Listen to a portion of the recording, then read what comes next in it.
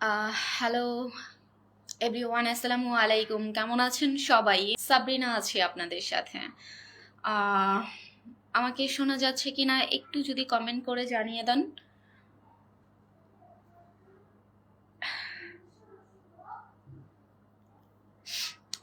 আমাকে শুনতে পাচ্ছেন কিনা একটু কমেন্ট করে জানিয়ে দিবেন প্লিজ।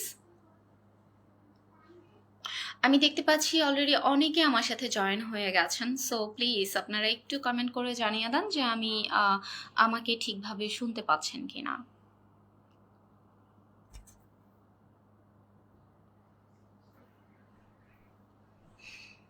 সো যাই হোক, বিষয়টা হচ্ছে আমি পার্সোনাল কাজের জন্য একটু ব্যস্ত ছিলাম, এই জন্য আপনাদের সাথে ভিডিও শেয়ার করা হয়নি। হ্যাঁ, মনে রাখবেন, বাঘ কখনো তার রাজত্ব ছেড়ে যায় না। হ্যাঁ, সো আমি আছি আপনাদের সাথে।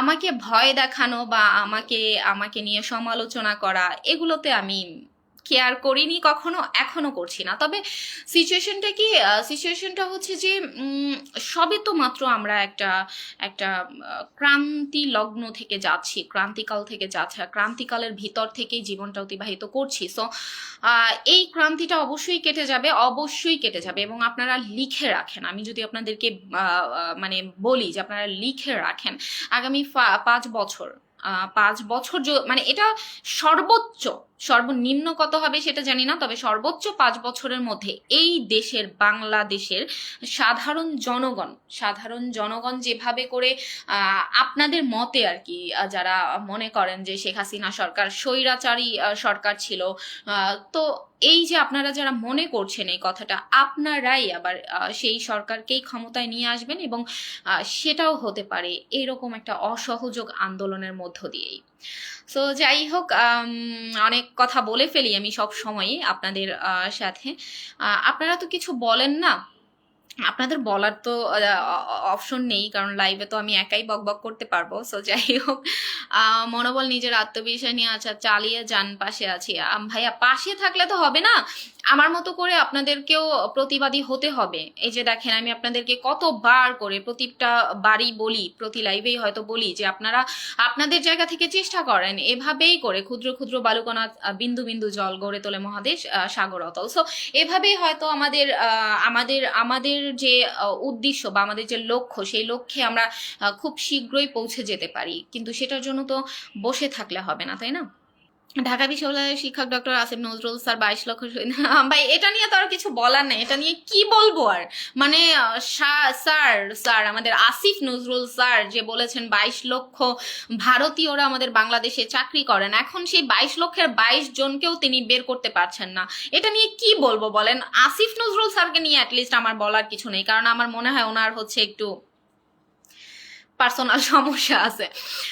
সো হতে থাক না, এরকম হতে থাক, আমরা দেখি, আমরা তো আছি, দেশে তো আছি, তাই না? আমরা তো আর কোথাও যাইনি। আপনাদের মতে তো আমার নেত্রী পালিয়েছেন, আমাদের রেখে আমার নেত্রী পালিয়েছেন।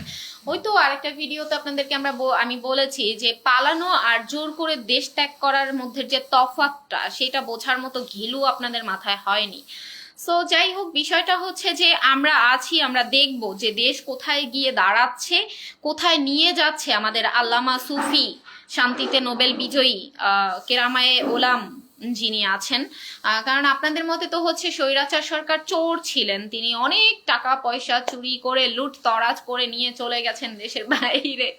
এখন যারা এসেছেন তারা তো আল্লামা সুফি, তাই না? কারণ চোর চোর লড়াইছেন, অবশ্যই চোর নিয়ে এসে বসান নাই, অবশ্যই আল্লামা সুফি কেরামায়ে মাওলানা তাকেই নিয়ে এসে বসাইছেন। সো দেখতে পাচ্ছি তো, আমরা তো এই বিগত 2 মাস প্রায়, হ্যাঁ, সো দেখতে পাচ্ছি তো দেশের মধ্যে কত শান্তি, কত শৃঙ্খলা চলছে দেশের মধ্যে। সেটা আমরা যখন প্রতিদিন রাস্তায় বের হই, অবশ্যই সেটা আমরা দেখি যে ঢাকার রাস্তাঘাট কত বেশি শৃঙ্খলার মধ্য দিয়ে যাচ্ছে, এবং আমরা কত কত ভদ্রতা বজায় রেখে আমরা রাস্তাঘাটে চলছি, সেটা দেখতে পাচ্ছি। তো সময় তো যায়নি এখনো, তাই না? কারণ একটা পয়সার এপার আর মানে এপিট আর ওপিট থাকে, অবশ্যই থাকে, কখনো একটা পিঠ দিয়ে একটা পয়সা হয় না। সো ডেফিনেটলি পয়সার এপিট ওপিট আছে, এবং সময় এভাবেই যেতে থাকবে না, এভাবেই যেতে থাকবে না, সময়টা ঘুরবে। সো যেদিন ঘুরবে সেদিন না হয় আপনাদের সাথে আমাদের দেখা হবে। সেক্ষেত্রে তো তাদের সাথে বৈঠক হতেই পারে। এখানে একেবারে এই যে সাইদ আবু সাইদ মারা গেছেন, তার একটা ছবি নিয়ে গেছেন এভাবে করে। ভাই আবু সাইদ, ওকে, উনি মারা গেছেন, ওনাকে নিয়ে আমি কিছু বলতে চাই না। ওনাকে ওনার মৃত্যুতে যথেষ্ট ব্যথিত, আমরা ছিলাম ব্যথিত। এবং আমি 18 জুলাই আমি আন্দোলনেও ছিলাম, কিন্তু সেটা যে এই আন্দোলন ছিল, তাদের যে মূল লক্ষ্যই একটা ছিল এক দফা, এটা তো আমি তখন বুঝতে পারিনি। তবে আমি যেহেতু দেশের একটা স্টুডেন্ট, আমি কোটা বিরোধী আন্দোলনে ছিলাম, কারণ আমিও চাইতাম যে কোটাটার সংস্কার হোক, আমরাও একটা চাকরি করি। যে যদিও আমি ভালো স্টুডেন্ট না, চাকরি পাওয়ার অ্যাবিলিটি আমার নাই, মেধাবী অ্যাবিলিটি আমার নাই, সো যাই হোক, তারপরেও আমি চাচ্ছিলাম যে কোটাটার সংস্কার হোক। বাট এই যে আবু সাইদ যিনি মারা গেছেন, মূলত তাকে ঘিরেই বাংলাদেশে এই অরাজকতাটা তৈরি করা হয়েছিল। আপনাদের মনে হয় যে আবু সাইদ সুস্থ মস্তিষ্কের ছিলেন? আমার তো মনে হয় না যে উনি সুস্থ মস্তিষ্কের কেউ ছিলেন। কারণ আপনি দেখেন যে আপনারা যদি সেই ভিডিওটা দেখেন, এখন তো তার ময়নাতদন্তে বেরিয়ে এসেছেই যে তার মৃত্যু হয়েছে মাথায় ঢিলের আঘাতে। সো তারপরও যদি আমরা সেই পিছনের দিকে একটু ঘুরে তাকাই, তার সেই ভিডিওগুলো আমরা দেখি যে আবু সাইদকে যখন গুলি করা হয়েছে, সেই ভিডিও যদি আমরা দেখি, পুলিশ যিনি গুলি করেছেন তিনি কিন্তু ফার্স্ট গুলিটা আবু সাইদের পায়ে করেছিলেন, এবং সে পায়ে করার পরেও সে উঠে একদম মানে বীর সৈনিক সে দাঁড়িয়ে গেছে এভাবে করে যে শুট মি। ভাই তুমি কি হইছো? আবু সাইদের মূল উদ্দেশ্যটা ছিল কি জানেন? যে ও খুব ভালো করে জানতো যে ওই সিচুয়েশনে তার দিকে অনেকগুলো ক্যামেরা ফিট করা আছে, এটা সে খুব ভালো করে জানতো যে আমি এভাবে করব, আমার গায়ে গুলি করা হবে, আমাকে হসপিটালে নিয়ে যাওয়া হবে, আমি বেঁচে যাব, বাট আমি ভাইরাল হয়ে যাব।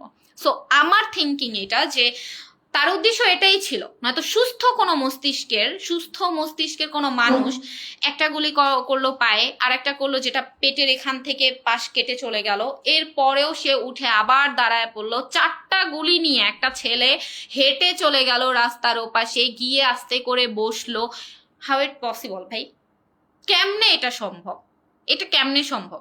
সো যাই হোক, ওনার মৃত্যুতে আমরা ব্যথিত, ওনাকে নিয়ে কিছু না বলি, অনেক কিছু বলে ফেলছি, আল্লাহ মাফ করুক, ওনাকে ব্যস্ত নসিব করুক। বর্তমানে শোনা যাচ্ছে আবু সাইদ নাকি ইতোরা ঘাটে আছে। ইতোরা ঘাটে রক্তক্ষরণে, আচ্ছা ইটের ঘাটে, হ্যাঁ, এটা তো তার ময়নাতদন্তে, তার মৃত্যু যে ময়নাতদন্তের রিপোর্ট বেরিয়েছে সেখানে স্পষ্ট যে তার হচ্ছে মাথায় রক্তক্ষরণ হয়ে তিনি মারা গেছেন, এবং সেই রক্তক্ষরণটা হয়েছে ইটের আঘাতে, মানে ঢিলের আঘাতে। যখন হচ্ছে আবু সাইদের যে গায়ে যে গুলি করার ভিডিওটা যদি আপনারা দেখেন, সেখানে দেখবেন যে ছাত্রছাত্রীরা কিন্তু পুলিশদেরকে উদ্দেশ্য করে হচ্ছে ঢিল ছুটছিল, এবং সেখানেই সেই ঢিলের আঘাতে মানে ঢিল এসে একটা আবু সাইদের মাথায় পড়ে, এবং সেখান থেকে তার রক্তক্ষরণ হয় এবং তিনি মারা যান। ওকে,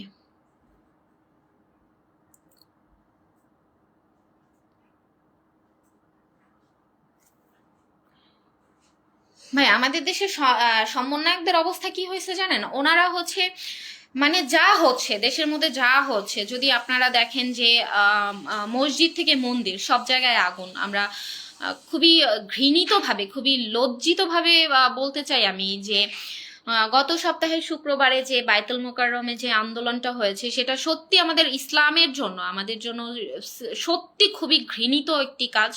মানে আমরা জাতির কাছে জাস্ট লজ্জিত যে বায়তুল মোকাররমের মতো জায়গায় ঢিলাঢিলি হচ্ছে, এবং কি না কি ঘটলো সেই ভিডিওর মধ্যে, মানে ছোড়াছুড়ি, উফ, যাই হোক। সো এখন দেশের পরিস্থিতিটা এমন দাঁড়িয়েছে যে যা হচ্ছে দেশের মধ্যে, যা হচ্ছে, যা করতেছে, সব করতেছে আওয়ামী লীগ, নয়তো করতেছে বিএনপি। মানে আওয়ামী লীগ করতেছে, নয়তো বিএনপি করতেছে। কিন্তু ছাত্ররা, যারা আমাদের সমন্বয়ক বড় ভাইরা আছেন, তারা একদম সহি, মানে দুধের ধোয়া তুলসী পাতা, তাদের মতো হয় না কেউ, আসলে হয় না তাদের মতো। তারা একদম ওই যে আল্লাহর হাতে বানানো আমাদের শারমিনের জামাই, ওই রকম। হ্যাঁ, আল্লাহর হাতে বানানো একদম।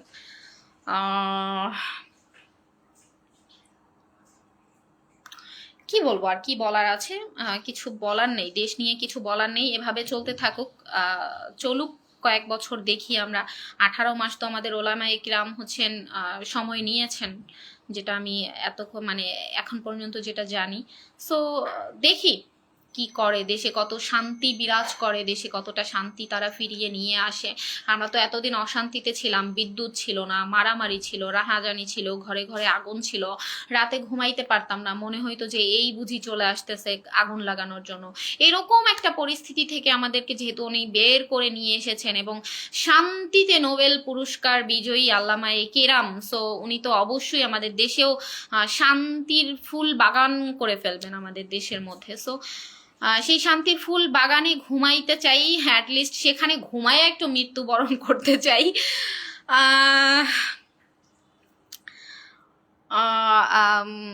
সাবরিনা সুমনা আপু সালাম দিয়েছেন আমাকে। ওকে আপু,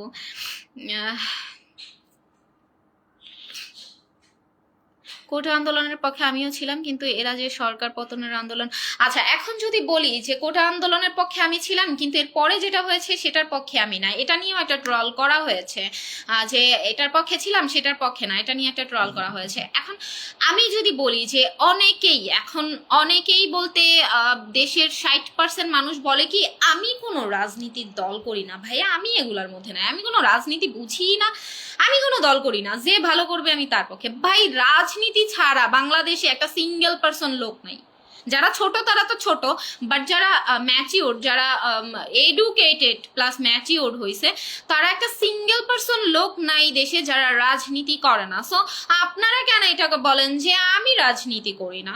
আমি তাহলে কেন বলতে পারবো না যে আমি কোটা বিরোধীর পক্ষে ছিলাম বাট সরকার পতনের পক্ষে ছিলাম না? কারণ আমি জানতাম না যে এটা আপনাদের সুপরিকল্পিত একটা চাল ছিল, যেখানে আপনারা প্রথম দিনই মাঠে নেমেছেন শেখ হাসিনা সরকারের পতন ঘটানোর জন্য, যেখানে এই পতনটা ঘটানোর জন্য আপনাদের কিছু লাশের দরকার ছিল এবং তা আপনারা খুব সুপরিকল্পিতভাবে বিচক্ষণভাবে আপনারা আবু সাইদকে লাশ বানিয়েছেন, মুগ্ধকে লাশ বানিয়েছেন, ওসমান, মানে অনেকে আছেন যাদেরকে আপনারা নিজের হাতে লাশ বানিয়েছেন, কারণ এগুলো আপনাদের দরকার ছিল।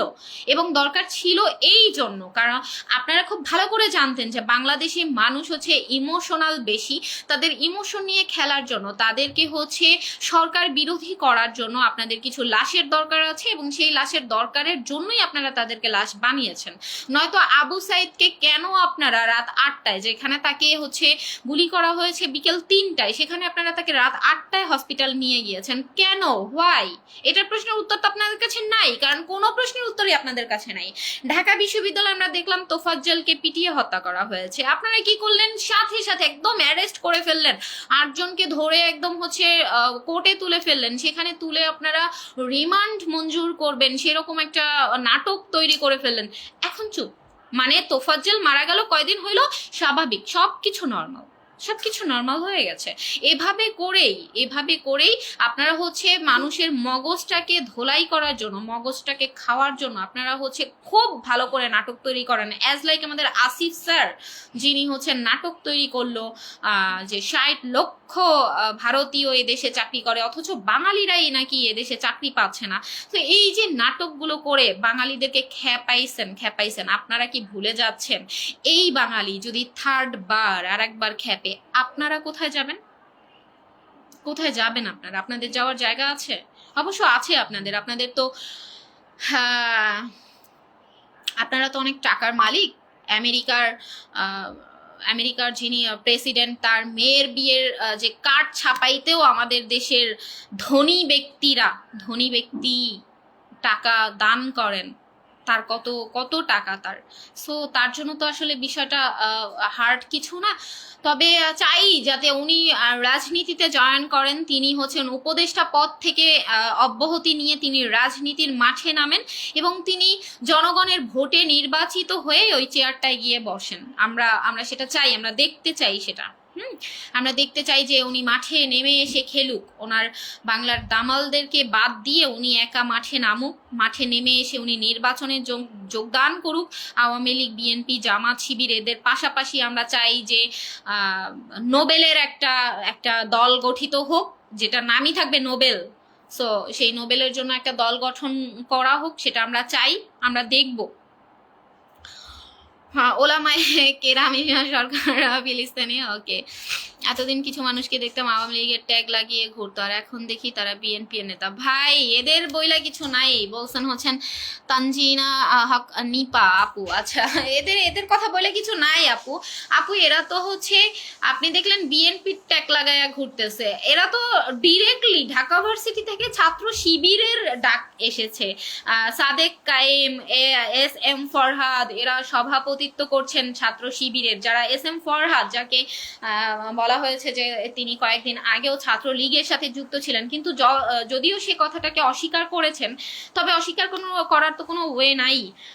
সো এদের এদের বইলা কিছু লাভ নাই। সমস্যা হচ্ছে আমাদের আওয়ামী লীগে যারা ছিলেন তাদের কিছু পার্সোনাল সমস্যা ছিল, কিছু নেতাকর্মীদের সমস্যা ছিল, যারা নিজেদের ইয়ানফসি করতে গিয়ে হচ্ছে সরকারকে ব্যবহার করেছেন। আর আমরা অবশ্যই জানি যে শেখ হাসিনা সরকার একজন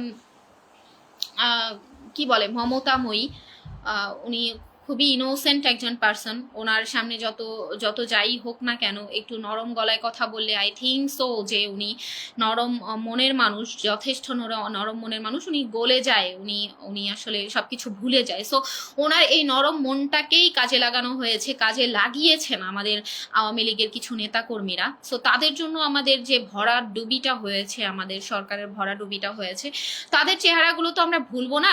টুডে অ্যান্ড টুমোরো আমরা তো অবশ্যই দেখা হবে, মাঠে ময়দানে আমাদের দেখা হবে, আসবো ইনশাল্লাহ। সো তখন তো আমরা অবশ্যই তাদের এই মুখগুলো ভুলবো না। এবং আওয়ামী লীগ সরকার আশা করছি যে এর পরের বার যখন আসবে, অবশ্যই আসবে। হেটার্সরা বলবে যে সেইটা আমাদের কাছে স্বপ্নই থেকে যাক।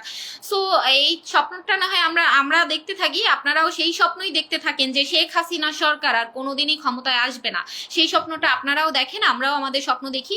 এবার না হয় আমাদের স্বপ্ন দেখার একটা প্রতিযোগিতা তৈরি হবে। হ্যাঁ, তো দেখা যাবে যে কার স্বপ্ন বাস্তব রূপ ধারণ করে।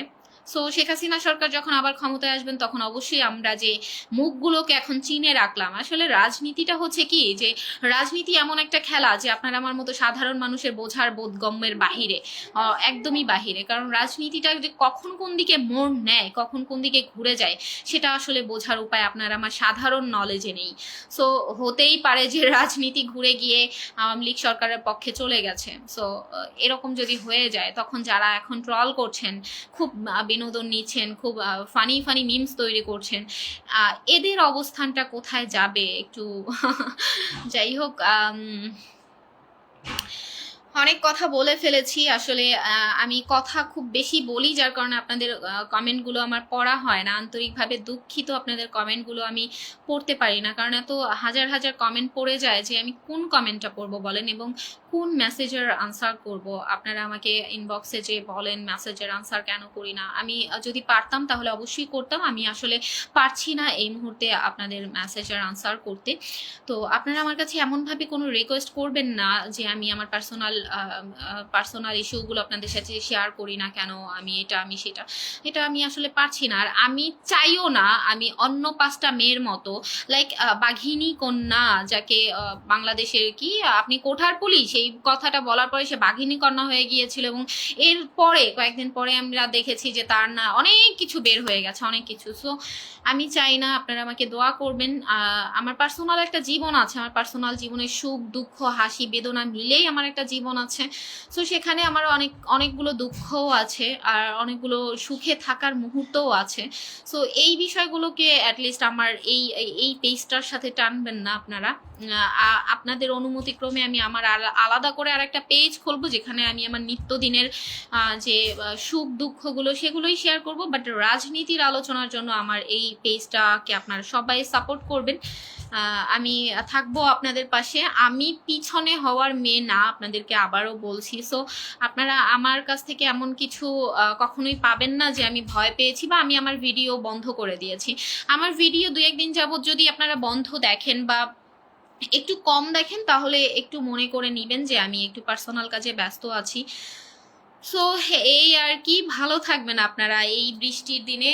চাই সবার দিনটা খুব স্বস্তিতে কাটুক এবং ফুরফুরে হোক আপনাদের জীবন।